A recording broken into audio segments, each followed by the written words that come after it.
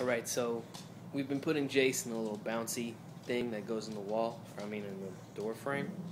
Every time we put him in there, he passes out.